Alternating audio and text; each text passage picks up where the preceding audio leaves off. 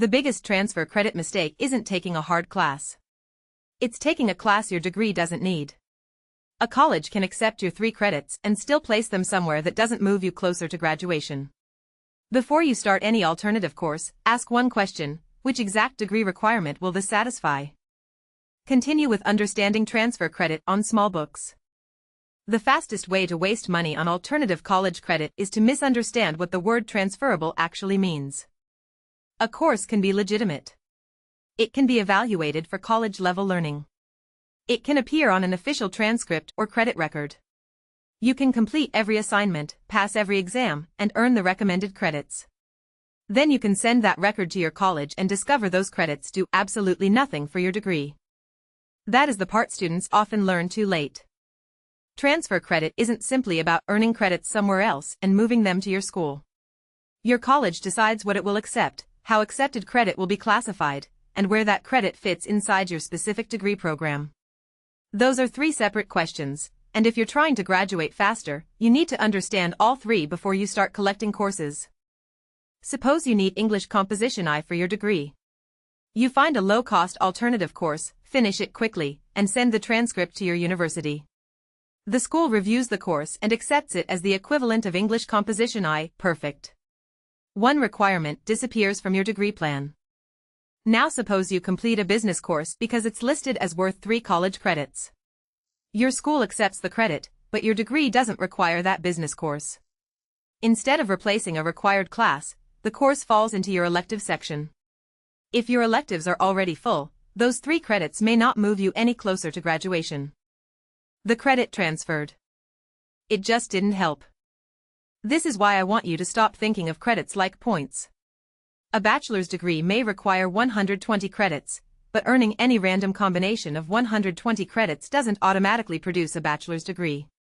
Your program has specific categories that must be completed. General education requirements, major requirements, concentration courses, electives, and sometimes prerequisites all have their own places in the degree plan. Transfer credits work best when you already know which empty space you're trying to fill. Think of your degree evaluation as a map. If your map shows that you still need statistics, your goal isn't to find any 3-credit math course. Your goal is to find a course your school will apply to the statistics requirement. If you need a humanities elective, you have more flexibility because several courses may fit that category. If you need a specific upper-level major course, your options may be much more limited. The name of a course isn't enough to tell you where it will go. 2 courses can sound nearly identical and still be evaluated differently by a college. A school may accept one provider's Introduction to Statistics course as a direct equivalent to its own statistics requirement while accepting another provider's course only as a general math elective. That difference can determine whether you save an entire class or simply add unused credits to your record. This is where transfer policy becomes important. Colleges and universities create their own rules for outside credit. Some schools are extremely transfer-friendly and allow students to bring in a large portion of a bachelor's degree. Others accept fewer credits or place tighter restrictions on alternative providers. Your major may also have its own limitations. A university might accept alternative credit for general education courses while requiring major courses to be completed directly through the school. You need to know your school's rules before you build your plan. One term you'll see is articulation agreement. An articulation agreement is a formal arrangement explaining how coursework transfers between institutions. Community colleges frequently have these agreements with 4-year universities. A student may complete an associate degree at one school and transfer into a bachelor's program with a clearer understanding of how those courses will be applied. These agreements matter because they reduce guessing. Instead of hoping a course will transfer, students can often see a defined pathway showing which credits move into the next program. Another term you need to understand is residency requirement. Residency doesn't necessarily mean living on campus or even living in the same state as your university. In this context, residency usually refers to the number of credits you must earn directly through the institution granting your degree. A school may allow a large number of transfer credits but still require you to complete a certain portion of your degree through that school. If you ignore the residency requirement, you can spend months earning alternative credits only to discover you've reached the maximum amount your university can use. This is why the phrase, "I transferred 90 credits," can be misleading when people discuss degree acceleration online.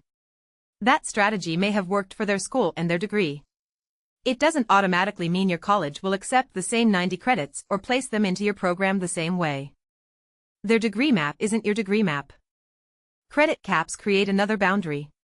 A college may establish a maximum number of transfer credits, a separate limit for alternative credit, or restrictions based on where the credit originated. These policies can change, which is another reason an old Reddit post, YouTube video, or degree plan shouldn't be treated as final approval for your own program. Use other students' experiences to find possibilities. Use your college's current policy to make decisions. Now we need to talk about ACE and NCCRS because you'll see these names repeatedly when researching alternative college credit. ACE is the American Council on Education. It evaluates courses, examinations, workplace training, and other forms of learning to determine whether they meet standards appropriate for college credit recommendations. When a course has an ACE credit recommendation, that evaluation can help colleges determine whether the learning is comparable to college-level coursework. NCCRS, the National College Credit Recommendation Service, performs a similar type of evaluation for non-traditional learning. Different providers may use ACE, NCCRS, or another transfer pathway depending on their courses and institutional relationships. Here's the part you need to remember: a credit recommendation is not a command to your college. ACE does not force your university to accept a course. NCCRS does not force your university to accept a course. Your college still controls its own transfer policy. If you remember nothing else from this chapter, remember that distinction. ACE recommended and guaranteed transfer are not the same statement. A provider can truthfully say a course has been evaluated for college credit while your university can still decide that the course doesn't fit its policies or your degree requirements. This is why you verify first. Start with your degree evaluation or academic program requirements. Identify the courses you still need. Don't begin on an alternative credit website and ask, "What looks easy?" Begin with your degree and ask, "What requirement am I trying to remove?" Once you identify the requirement, check your school's transfer resources. Many colleges maintain transfer equivalency databases, partner pages, or lists showing how courses from common providers have transferred in the past. Your school may already have a page dedicated to a provider like Sophia, Study.com, or Straighterline. Read the actual page. Don't rely on a screenshot someone posted 2 years ago. Don't assume your academic program follows the same rules as another major. Don't assume that because your friend transferred a course, the same course will fill the same requirement for you. Look for the current information connected to your school and your program. Transfer tools can also help you research possible equivalencies.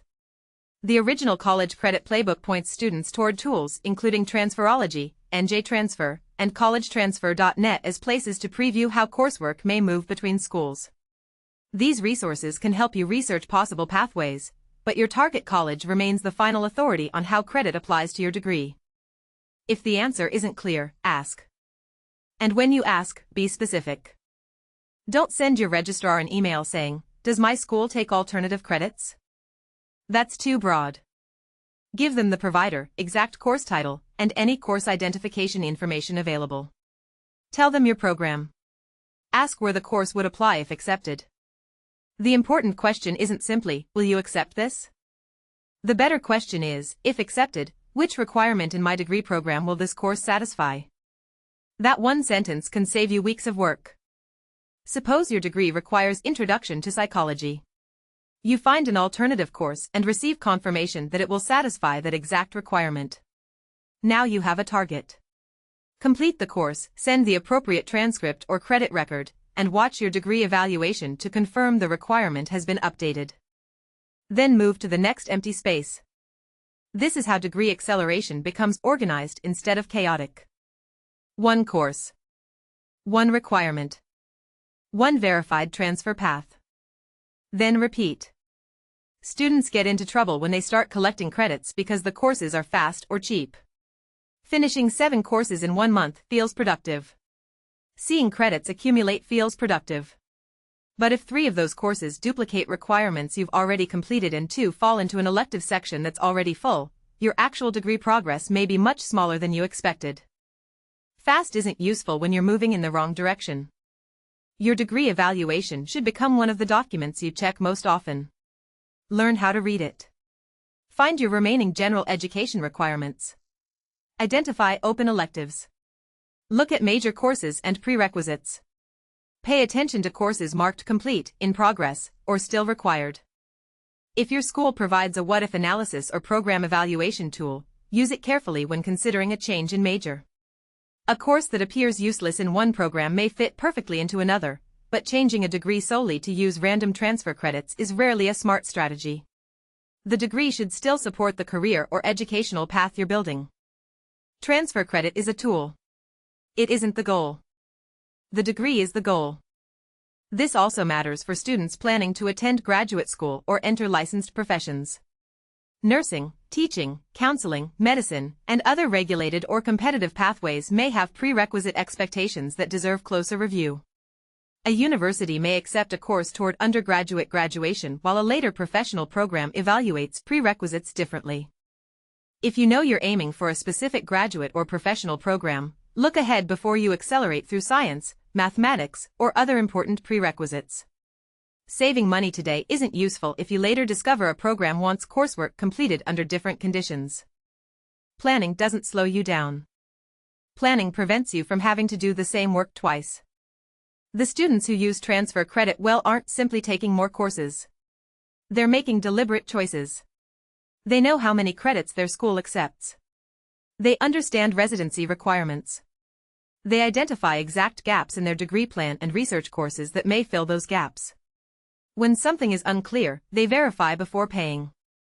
That process may sound less exciting than completing 10 courses in 30 days, but this is the part that makes those fast credit strategies actually work. Anyone can collect credits. The skill is collecting the right credits. Before you open Sophia, study.com, straighter line, or start preparing for a CLEP exam, open your degree evaluation first. Find one requirement you still need. Research the transfer pathway. Confirm how the credit is expected to apply. Then complete the course. When that requirement disappears from your degree plan, move to the next one. That's how you graduate faster without creating a transcript full of credits that lead nowhere. The next step is where this strategy becomes much more practical.